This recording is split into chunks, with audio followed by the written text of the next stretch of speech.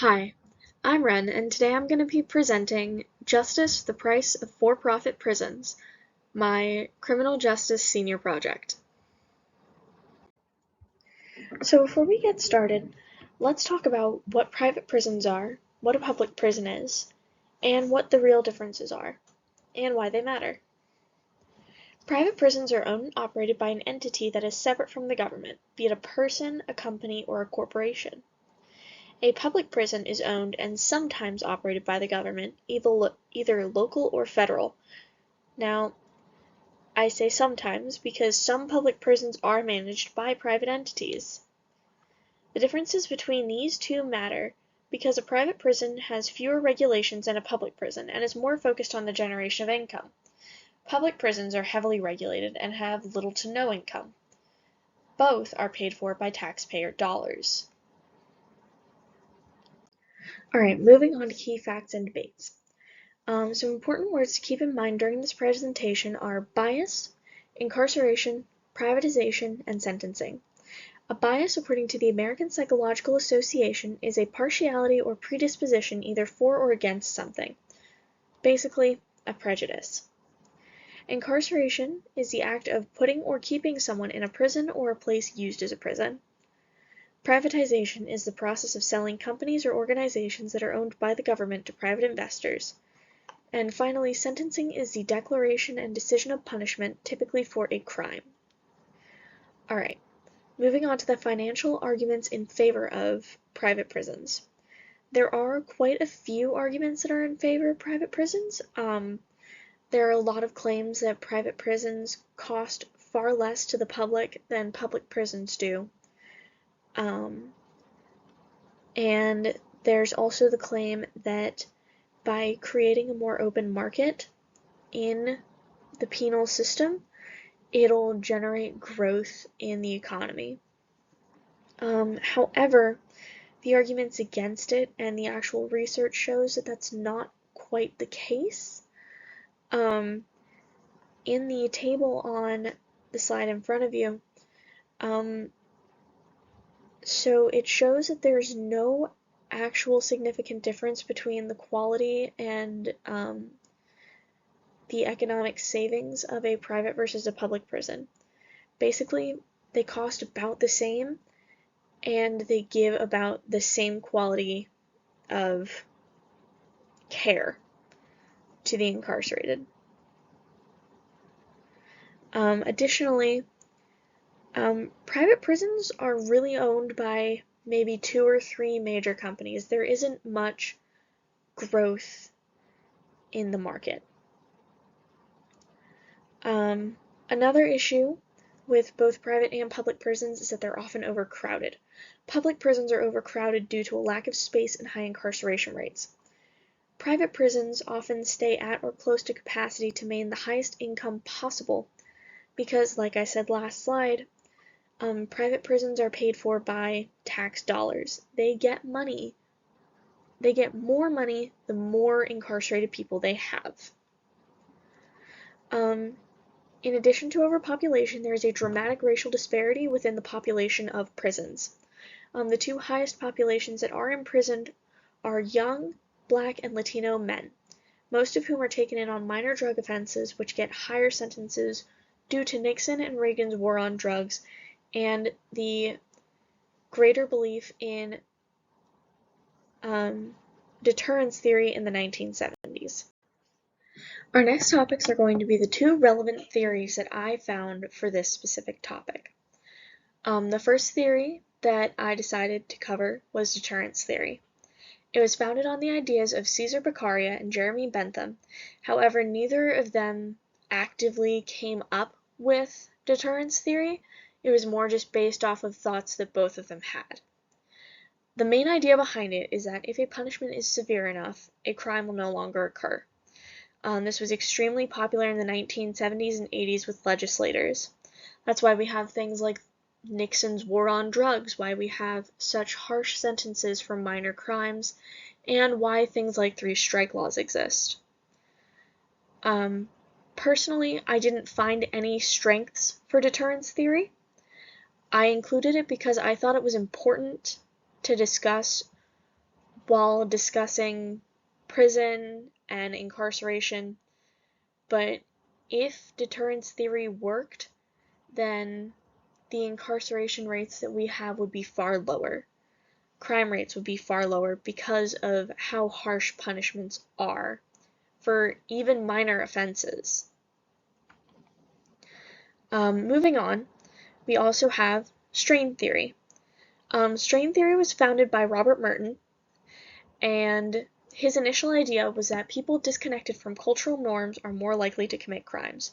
Take, for example, a newly graduated college student who searches and searches and searches for a job.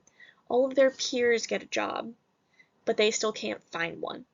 The idea behind strain theory is that they are more likely to commit a crime after searching and searching and searching for a job because they cannot find one.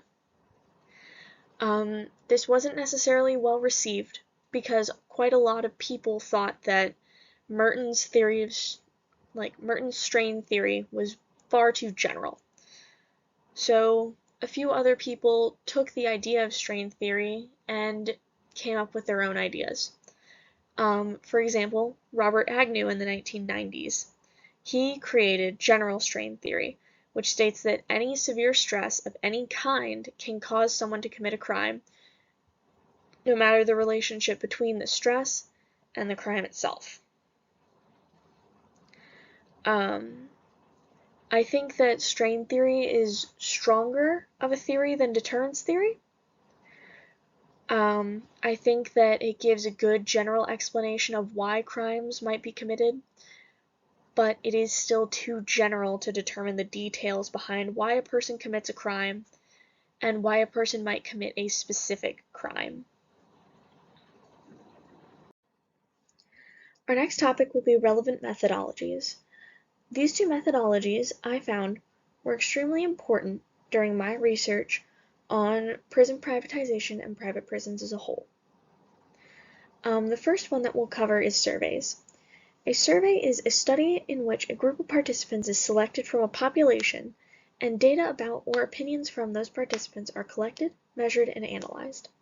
Information typically is gathered by interview or self-report questionnaire, and the results thus obtained may then be extrapolated to the whole population, according to the American Psychological Association.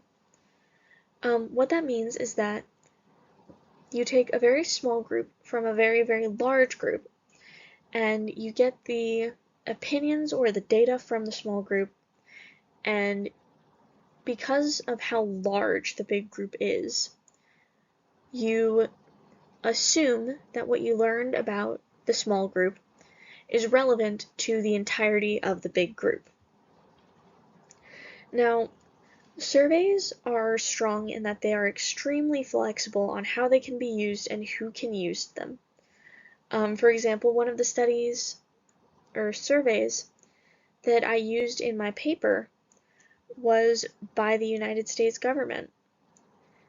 Anybody can use a survey, and surveys are also strong in that they can collect both quantitative and qualitative data, meaning that you can get numbers or you can get words, colors, whatever you decide you want the answer to be. You can collect that.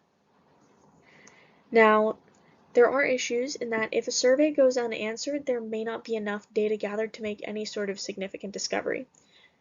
If it's a self-report questionnaire, you just might not get any answers. Additionally, with both interviews and self-report questionnaires, there's the potential issue of response bias, and that can come about when somebody answers all of the questions in the same way, no matter what the actual question is. Now, moving on to meta-analyses. A meta-analysis is a type of study that extracts and summarizes the quantitative findings from published studies or completed reports. Basically, and this is one of its strengths as well, it takes and compares data from several different sources all on the same or similar topics. It also gives room to critique studies that are often cited but may not actually be great quality. They do also have weaknesses, though. There might not be enough research on a certain topic to do a meta-analysis, and the person doing the meta-analysis may interpret the data in a way that was not the intention of the original researcher. Both are strong in their own rights. Both have a common issue in that there may not be enough data either way for a significant discovery to be made. Our next topic are the ethical concerns associated with private prisons, specifically abuse and overcrowding, as well as how the Code of Conduct from the International Corrections and Prisons Association may help resolve some of these concerns. The first concern that I want to discuss is abuse in prisons. There are several kinds of abuse that happen in both public and private prisons. However, in the research that I did, it was most often seen in private prisons, where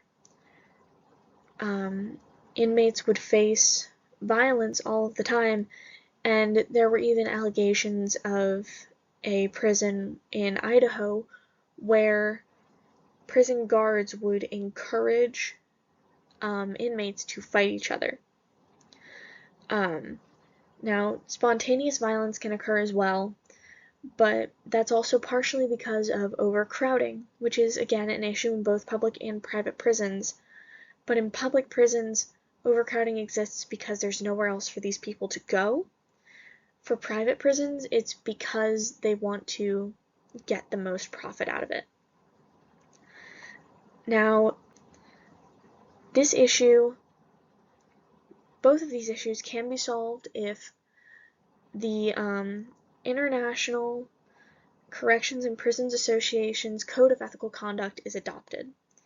I think that there are three main points that really cover these two issues. The first is the duty of care, which calls for humane treatment of all prisoners. Confidence in service calls for action to be taken and for the actions to be actions that will not take trust from the institution.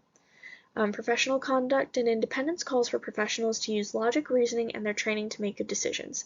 The existence of both issues violates the ICPA Code of Ethical Conduct by existing as part of a lack of humane conditions, which goes against duty of care, removes trust from the prison system, which goes against confidence in service, and the maltreatment is against the logic and training of professional conduct and independence. The professionals whom I believe this applies to are prison managers and prison guards, both of whom have the power over the treatment of prisoners and the quality of cares that inmates receive. All in all, prison privatization is a complex and nuanced issue. There are many arguments for and against it. Both theories and methodologies discussed in this project are flawed. Meta-analyses are not perfect, surveys are not perfect, deterrence theory is not perfect, and strain theory are not perfect. There is no perfect methodology and there is no perfect theory. And there are a few ethical concerns with private prisons, especially those of abuse and overcrowding. However, there are solutions that can be chosen that will help reduce those problems.